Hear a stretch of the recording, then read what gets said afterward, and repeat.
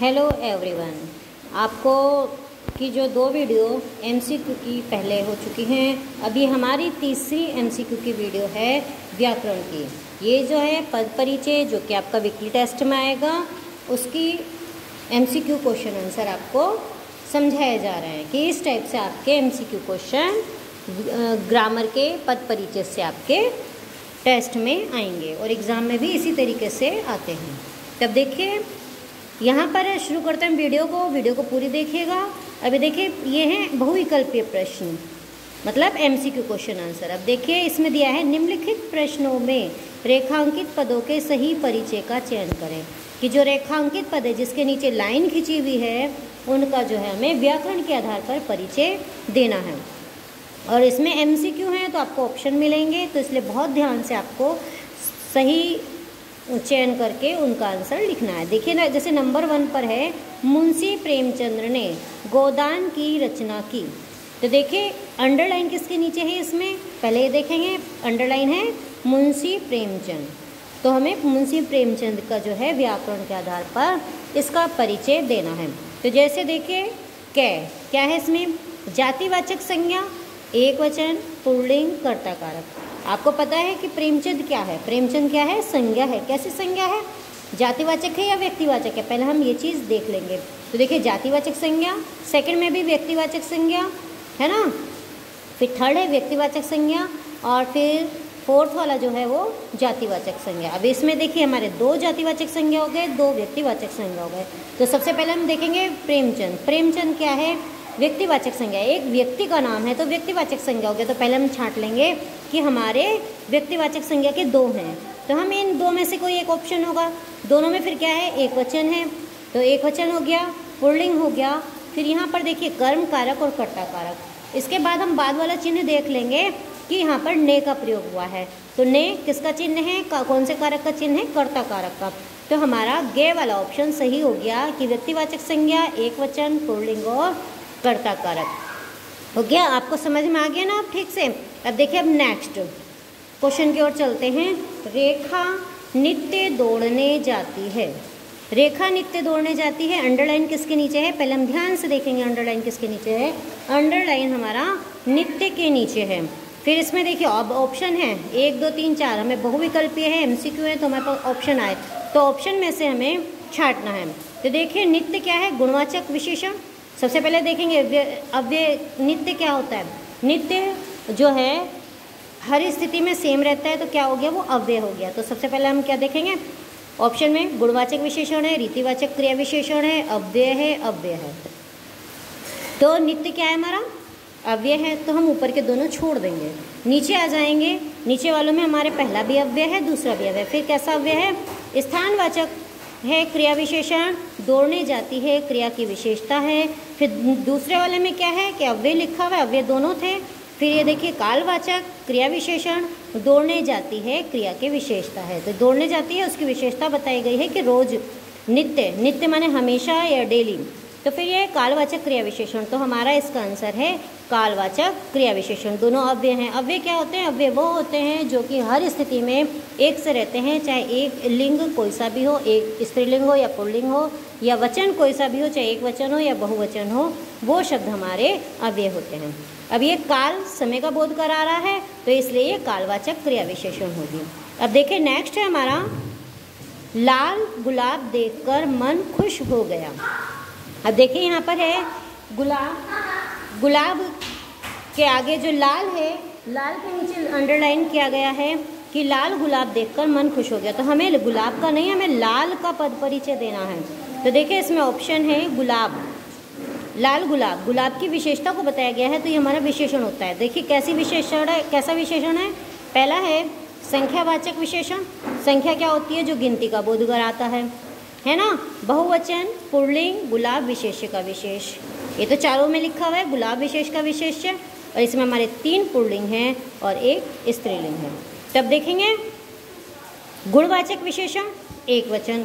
गुलाब कैसा है, एक गुलाब है, बहुत सारे गुलाब का वर्णन नहीं है इसमें। लाल गुलाब देखकर मन खुश हो गया। तो देखिए गुणवाचक विशेषण, एक वचन, पुल्लिंग, परिमाणवाचक विशेषण, गुणवाचक विशेषण अब देखिए विशेषण कौन सा है, इसकी विशेषता बताई गई है। काहे की विशेषता बताई गई है? गिनती नहीं बताई जा रही है तो संख्या नहीं होगा, मात्रा नहीं बताई जा रही है तो परिमाण भी नहीं होगा।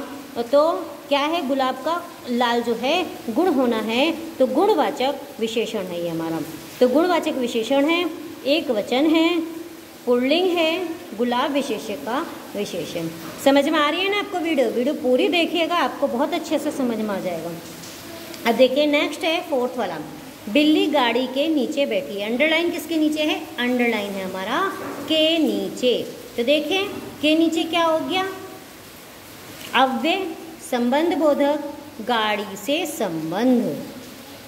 फिर दूसरा है अव्यय और योजक, फिर है अव्यय योजक बिल्ली और गाड़ी को जोड़ रहा है, फिर है अव्यय और क्रिया विशेषण। अव्यय है, क्रिया विशेषण नहीं है ना, ये भी नहीं है। क्या है? के नीचे अव्यय है, तो अव्यय है ये संबंध बोधक है, संबंध बता रहा है, संबंध कारक का के की के जो होता है वो, तो के नीचे बैठी है तो संबंध बोधक है और गाड़ी से संबंध बताया जा रहा है। ठीक है, समझ में आ गया ना आपको? अब देखिए नेक्स्ट है, अभिषेक किसे देख रहा है। इसमें किसे, अंडरलाइन हमारा किसे के नीचे है और लास्ट में देखिए ये हमारा चिन्ह लगा हुआ है। चिन्ह को पहचानेंगे काहे का चिन्ह है। तो देखिए किसे, सर्वनाम, स्त्रीलिंग, बहुवचन, कर्मकारक, फिर है सर्वनाम, पुल्लिंग, एक वचन, करणकारक, फिर है सर्वनाम, पुल्लिंग, प्रश्नवाचक, कर्ताकारक, सर्वनाम, प्रश्नवाचक, एक वचन, कर्मकारक। तो क्या है इसमें? करते किसे देख रहा है, देखना में क्या हो गया हमारा? कर्मकारक हो गया। तो सर्वनाम हो गया, क्वेश्चन मार्क लग रहा है तो प्रश्नवाचक हो गया, एक वचन हो गया और कर्मकारक हो गया। ये हमारा इसका आंसर हो गया। अब देखिए नेक्स्ट चलते हैं, गरीब मजदूर बहुत परिश्रम कर रहा है। मजदूर के आगे गरीब है, तो हमारे गरीब के नीचे अंडरलाइन है, तो हमें गरीब का जो है पद परिचय देना है। तो गरीब है, देखिए कैसे हम, विशेषण है, गुणवाचक है, पुल्लिंग है, एक वचन है, विशेष मजदूर है। फिर है संज्ञा, संख्यावाचक, पुल्लिंग, बहुवचन। फिर नेक्स्ट है विशेषण, जातिवाचक, पुल्लिंग, एक वचन। फिर इनमें से कोई नहीं। देखिए मजदूर क्या है हमारा? विशेष, और इसकी विशेषता बता रहा है, क्या बता रहा है? गरीब। तो विशेषण कैसा है? ये गुणवाचक विशेषण है, पुल्लिंग है, एक वचन है, विशेष मजदूर है। ये हमारा आंसर है, क्योंकि गरीब जो है संज्ञा नहीं है, विशेषण जो गुणवाचक था, और फिर इनमें से कोई नहीं। तो हमारा इसका पहले वाला आंसर राइट है। तो वीडियो को आप पूरी देखेंगे तो आपको और भी बढ़िया तरीके से समझ में आएगा और कोई भी कंफ्यूजन नहीं रहेगा। अब देखिए नेक्स्ट है, वह कितना सुंदर मोर है। अब यहाँ पर वहाँ अंडरलाइन वहाँ के नीचे है और देखिए ये निशान लग रहा है, तो ये हमें पहचान में आता है कैसा है। ये अव्यय है, विस्मयादि बोधक है, शोक सूचक है। दुख को बताता रहा है, ये नहीं बता रहा है ना, तो अव्यय, संबंध बोधक, शोक सूचक, ये भी नहीं है हमारा। फिर नेक्स्ट है क्रिया विशेषण, कालवाचक, मोर की विशेषता बता रहा है, ये भी नहीं है।